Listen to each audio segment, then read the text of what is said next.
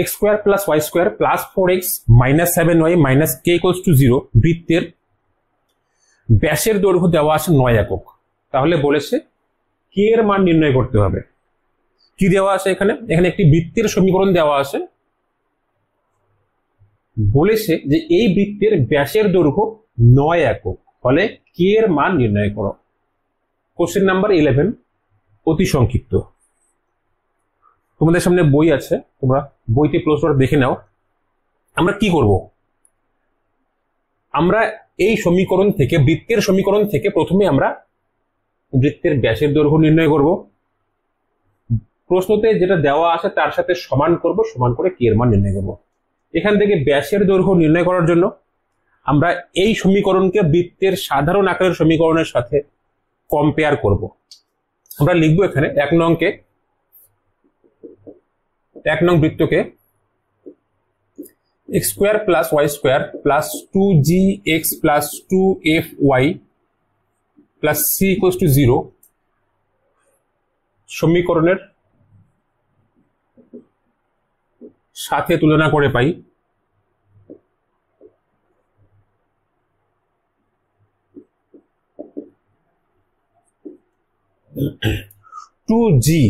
2g এর জায়গায় আমাদের কত আসে? 4 আসে। এখান থেকে বলতে পারি g ইকুয়ালস টু 2f এর জায়গায় আমাদের -7 আসে। এখান থেকে বলতে পারবো f ইকুয়ালস টু -7/2। অর্থাৎ বৃত্তের কেন্দ্রের স্থানাঙ্ক -g -f হয়, তাহলে -2, 7/2 হবে। তো এখানে আমাদের কেন্দ্র বের করতে হবে না, বৃত্তের ব্যাসার্ধ বের করতে হবে। ব্যাসার্ধ কত? √g² plus f² minus c, এটি হলো ব্যাসার্ধ। g² মানে কত? 2² প্লাস f², f মানে কত? -7/2 whole square minus c, c কত আমাদের? -k, তাহলে এখানে প্লাস k হয়ে যাবে। 4 প্লাস 49/4 প্লাস k।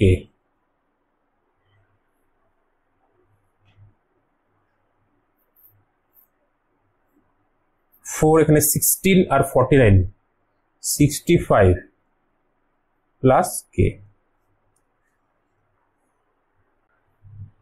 এবার এর সাথে আমরা প্রশ্নতে যে মান দেওয়া আছে সেই মান সমান করব, কিন্তু এখানে এটা আমাদের ব্যাসার্ধ, প্রশ্নতে ব্যাস দেওয়া আছে। তাহলে আমরা কি করব? এটাকে 2 দিয়ে গুণ করব। 2 √65/4 প্লাস কে, প্রশ্নতে 9 দেওয়া আছে, বোথ সাইড আমরা স্কোয়ার করে দেব। 4 65/4 plus K equals two 81। 65/4 plus K equals two 81/4। k equals to 81/4 minus 65/4. 4 81 16, k equals to 4, এটি হবে আমাদের answer, k equals to 4। Question number 12, 11 কমপ্লিট। এবার question number 12।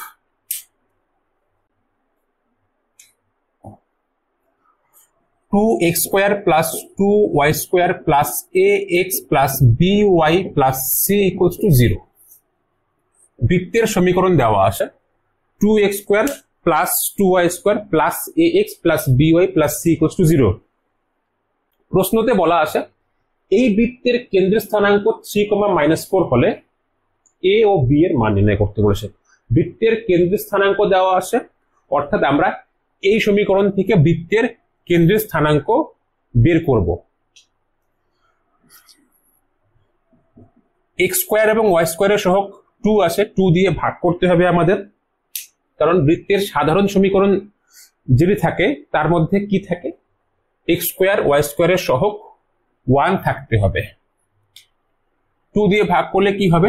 x² plus y² plus a/2 x plus b/2 y plus c/2 equals to 0।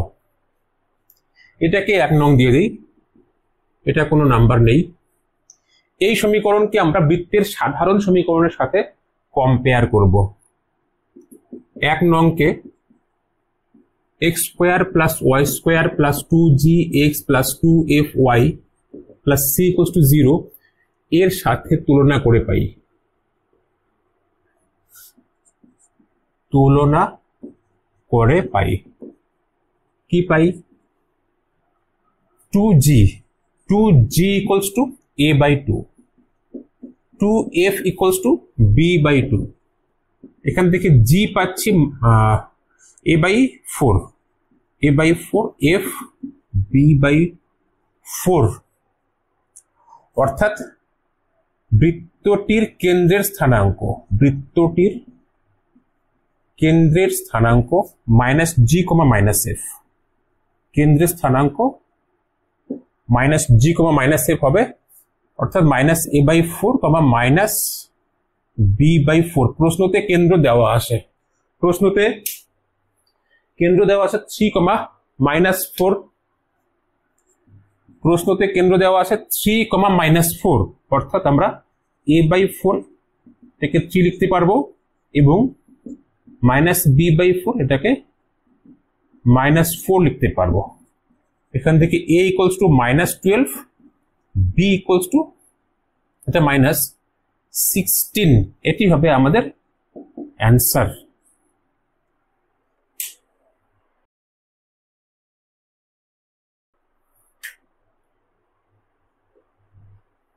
Question number 13 কি দেওয়া আছে? একটি বৃত্ত উভয় অক্ষকে মূল বিন্দু থেকে +3 একক দূরত্বে স্পর্শ করে, তাহলে সেই বৃত্তটির সমীকরণ কত হবে? তোমরা বইতে প্রশ্ন দেখে নাও।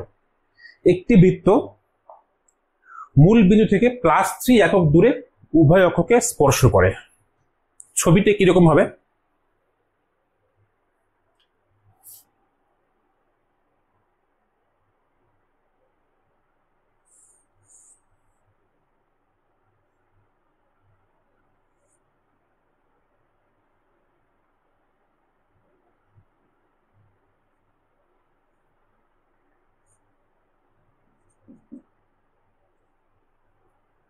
স্পর্শ করেছে, এখানে স্পর্শ করেছে, উভয় অক্ষকে স্পর্শ করেছে +3 একক দূরত্বে, +3 একক দূরত্বে স্পর্শ করেছে। বলেছে এই বৃত্তটির সমীকরণ কত হবে?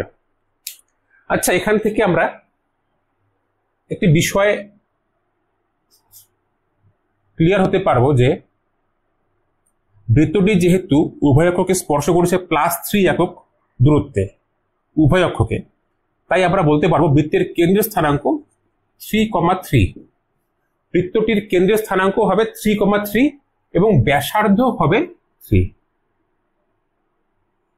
ব্যাসার্ধ 3, এইটুকু দূরত্ব 3, এইটুকু দূরত্ব 3।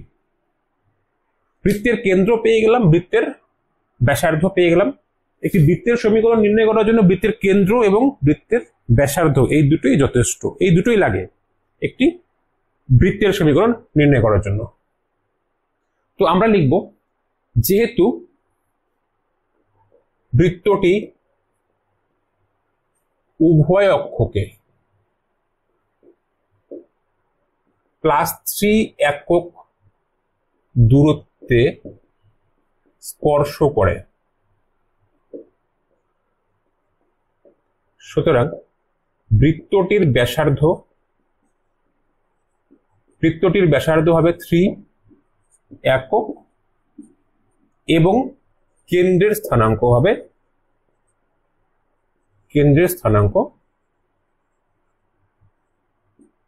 3,3। সুতরাং বৃত্তটির সমীকরণ, অর্থাৎ বৃত্তটির সমীকরণ, আমি অ্যান্সার লিখছি, তোমরা লিখবে বৃত্তটির সমীকরণ x - 3 whole square plus y - 3 whole square equals to 3 square. কোন বৃত্তের কেন্দ্র আলফা কমা বিটা এবং ব্যাসার্ধ যদি a হয়, তবে সেই বৃত্তের সমীকরণ কত? x - alpha whole square plus y - beta whole square is equals to a square, তাই তো? এরপরে আমরা এখান থেকে সাধারণ আকারে আনতে পারবো। সাধারণ আকারে আনলে কি হবে? x square plus 6x plus 9 x square minus 6x plus 9 plus y square minus 6y plus 9 equals to 9। x square plus y square minus 6x minus 6y একটা 9 ক্যান্সেল হয়ে যাবে প্লাস 9 ইকুয়ালস টু 0। এটি সাধারণ আকারের সমীকরণ, আমরা এই সমীকরণ রেখে দিলেও আমাদের অ্যান্সার হয়ে যাবে, এখানে 9 লিখতে হবে।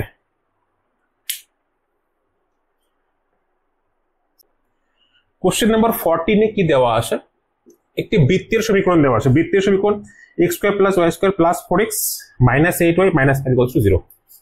x square plus y square plus 4x minus 8y minus 5 equals to 0 minus 8y minus 5 equals to 0। এটি হলো বৃত্তের সমীকরণ x square plus y square plus 4x minus 8y minus 5 equals to 0। বলা আছে এই সমীকরণের, এই বৃত্তের সমীকরণের, এই বৃত্তের প্যারামেট্রিক সমীকরণ নির্ণয় করতে হবে। প্যারামেট্রিক সমীকরণ, আমরা বৃত্তের প্যারামেট্রিক সমীকরণ কিভাবে নির্ণয় করি? কোন বৃত্তের আকার যদি আমাদের এরকম হয়,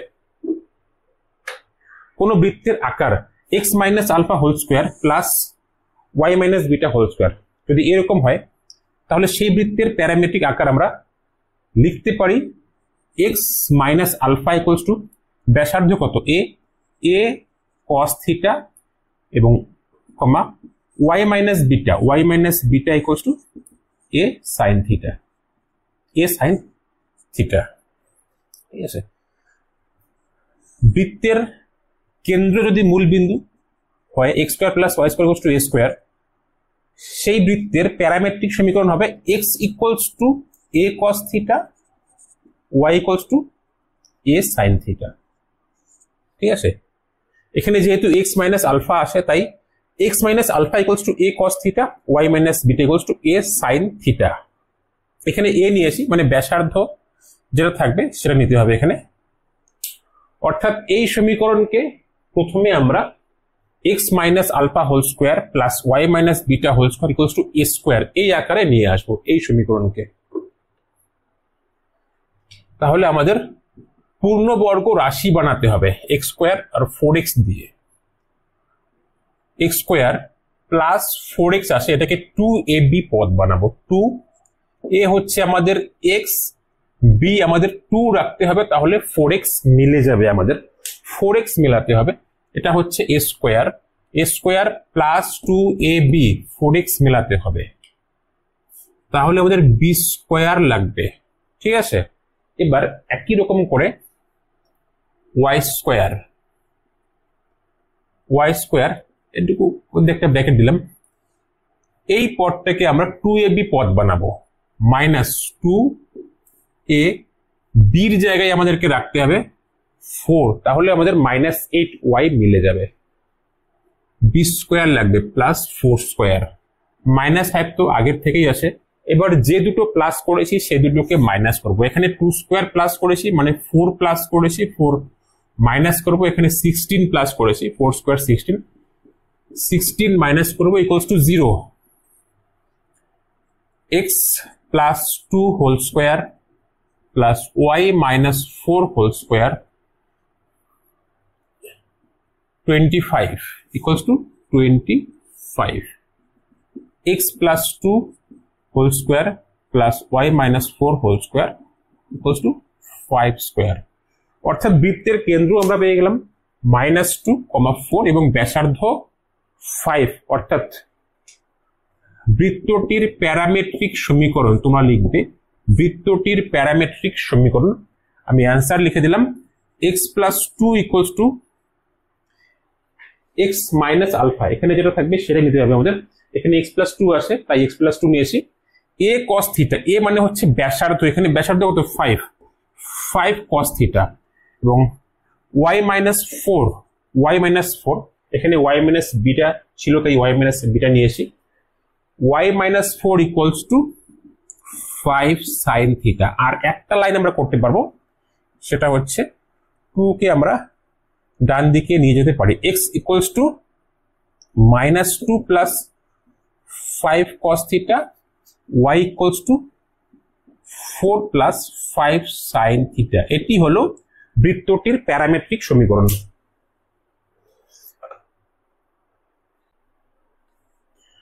কোশ্চেন নাম্বার 15-এ প্যারামেট্রিক সমীকরণ দেওয়া আছে, অর্থাৎ এই আকার দেওয়া আছে, আমাদের এই আকার বের করতে হবে। Question number 15, x equals to 1/2 minus 3 plus 4 cos theta এবং y equals to 1/2 1 plus 4 sin theta, 1/2 1 plus 4 sin theta।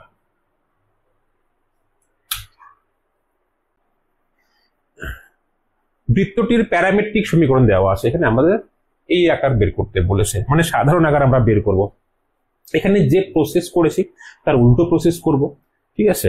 অর্থাৎ এই আকারে আমাদের নিয়ে আসতে হবে x plus 2 equals to 5 cos theta, y minus 4 equals to 5 sin theta, এরকম আকারে নিয়ে আসবো।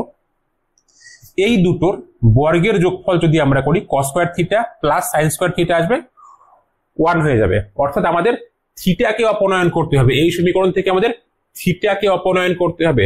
এই দুটো সমীকরণ এখানে আসে, দুটো মানে এখানে একটাই সমীকরণ পার্ট করে আসে আর কি, ঠিক আছে? এই দুটো থেকে আমাদের থিটাকে অপনয়ন করতে হবে। থিটাকে অপনয়ন করার জন্য আমাদের কি করতে হবে? এই আকার নিয়ে আসতে হবে, এই আকার 5 cos theta plus 5 cos theta 5 sin theta, এই দুটোর বর্গের যোগফল করলে cos square 5 স্কয়ার যদি কমন নেই cos square theta plus sin square theta 1 হয়ে যাবে, ঠিক আছে? সেম আমরা এখানেও এই প্রসেস করব। 4 একদিকে শুধু 4 cos theta রাখবো, আরেকটার একদিকে 4 sin theta রাখবো।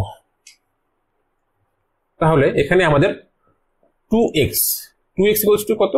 -3 plus 4 cos theta, আর এখান থেকে বলতে পারছি 2y equals to 1 plus 4 sin theta। 2x plus 3 equals to 4 cos theta, 2y minus 1 equals to 4 sin theta। এবার এই দুটোর বর্গের যোগফল, এখন 2x plus 3 whole square plus 2y minus 1 whole square is equals to 4 square common নিলাম cos square theta plus sin square theta, ঠিক আছে? এই দুটো ডান দিকে 4 square cos square theta plus 4 square sin square theta, 4 square common নিয়েছি cos square theta plus sin square theta, 2x plus 3 whole square 2y minus whole square equals to 16। এটি হলো আমাদের বৃত্তের সমীকরণ। এবার এখানে একটু হিসেব করতে পারবো সাধারণ আকারে নিয়ে আসার জন্য। 4x square 12x plus 9 plus 4y square minus 4y plus 1 equals to 16। 4x square plus 4y square plus 12x minus 4y 9 10 minus 6 equals to 0। x square এবং y square এর সহগ আমরা চাইলে 1 রাখতে পারি, কিন্তু 1 করা যাবে না, 1 করলে এখানে ভগ্নাংশ চলে আসবে, কিন্তু আমরা 2 কমন নিয়ে ভাগ করতে পারবো, 2 রাখতে পারবো। 2x square plus 2y square plus 6x minus 2y minus 3 equals to 0। যদি 1 করতে চাই তাহলে ভগ্নাংশ আসবে, সেটা আসলেও কোনো সমস্যা নেই, কিন্তু আমরা এটাই রেখে দিলাম। কোশ্চেন নাম্বার 16 বলা আছে একটি সমবাহু ত্রিভুজের অন্তর্বৃত্তের সমীকরণ x স্কয়ার প্লাস y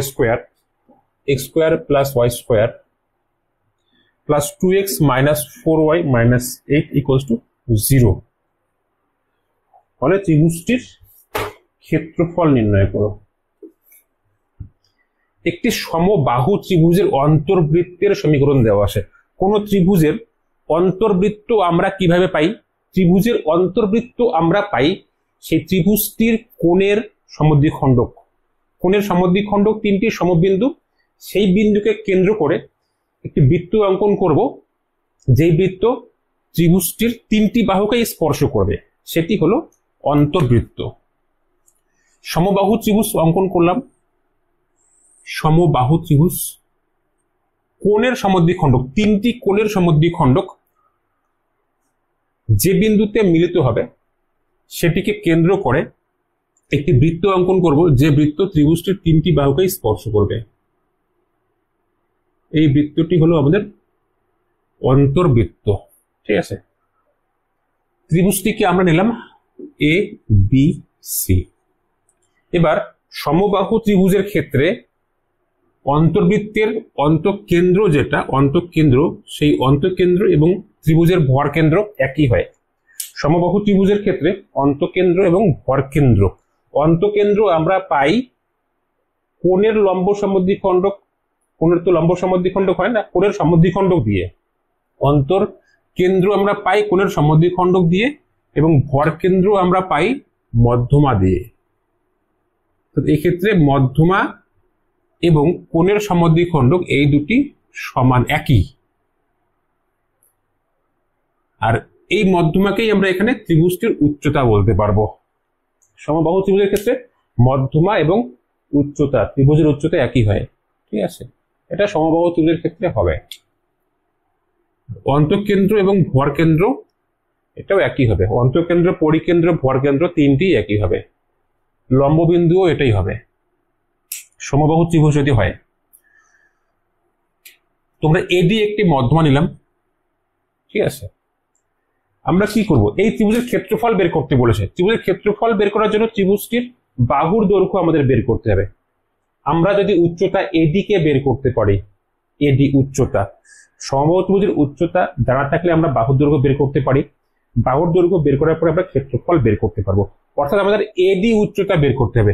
যেহেতু এডি একটি মধ্যমা, আমরা যদি ব্যাসার্ধ বের করতে পারি এটুকু, ত্রিভুজের ভরকেন্দ্র তার মধ্যমাকে 2:1 অনুপাতে অন্তর্বিভক্ত করে।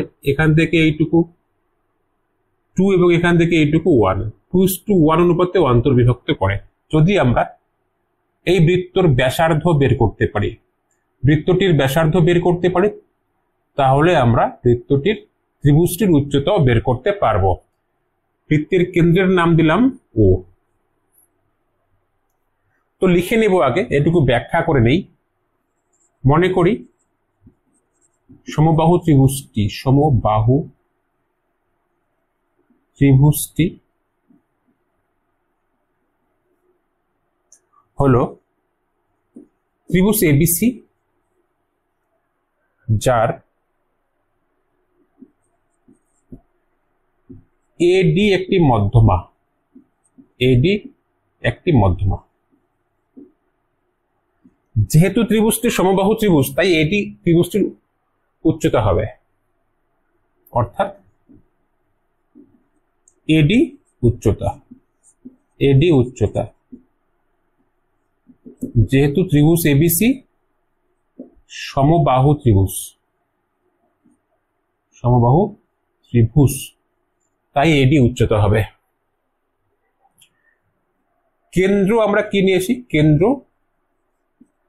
ও হলে, কেন্দ্র যদি ও হয় তাহলে আমাদের A O is to O D equals to 2:1 হবে। কেন্দ্র যদি আমাদের ও হয়, এ O is to O D 2:1 হবে, যেহেতু এডি মধ্যমা।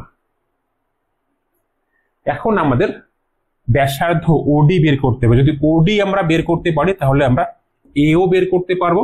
দুটোকে প্লাস করে দেব, এডি বের হয়ে যাবে।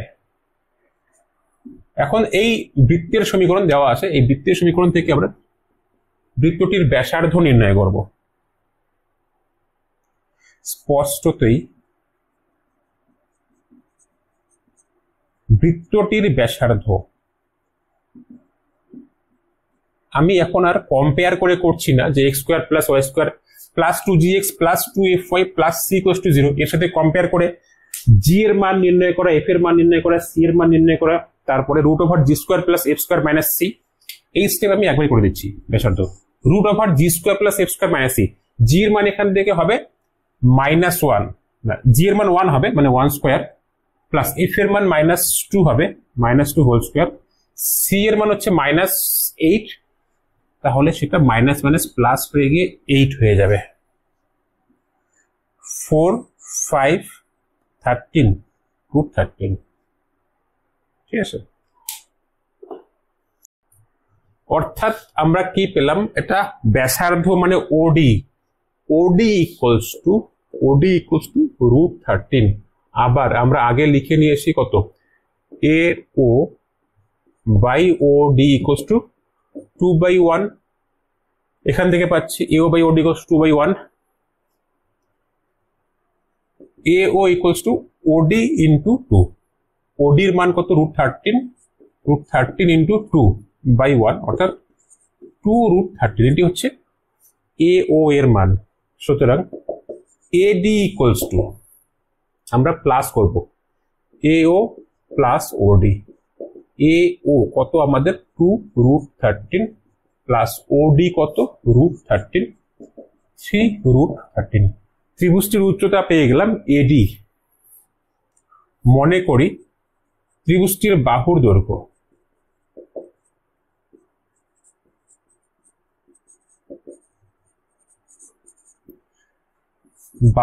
অর্থাৎ প্রতিটি বাহুর দৈর্ঘ্য এ।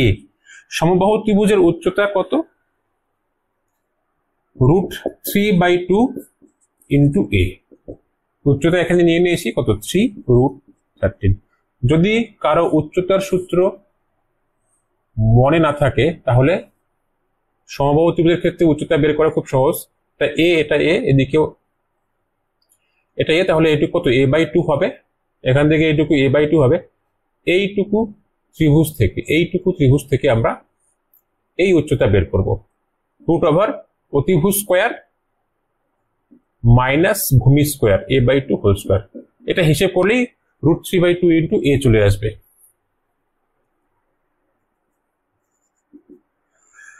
6√13 ডিভাইড বাই √3।